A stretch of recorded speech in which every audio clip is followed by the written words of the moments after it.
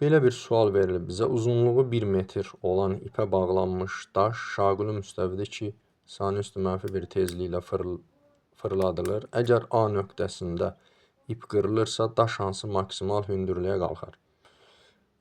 Bizə deməli bilir ki, çevrə öz hərəkəti xətti sürəti 2πr/n-dir və maksimal qalxma hündürlüyü h maksimal bərabərdir v kvadrat bölünsün 2j ifadəsini nəzərə alsaq, v-nin əvəzinə bu ifadəni yazsaq, olur 4pi kvadrat n kvadrat r kvadrat bölünsün 2j. Buradan da ifadələri yerinə yazsaq, kəmiyyətləri yerinə yazsaq, deməli 4 vurulsun 10 vurulsun 4 radiusumuz 1 bölünsün 2 vurulsun 10 20.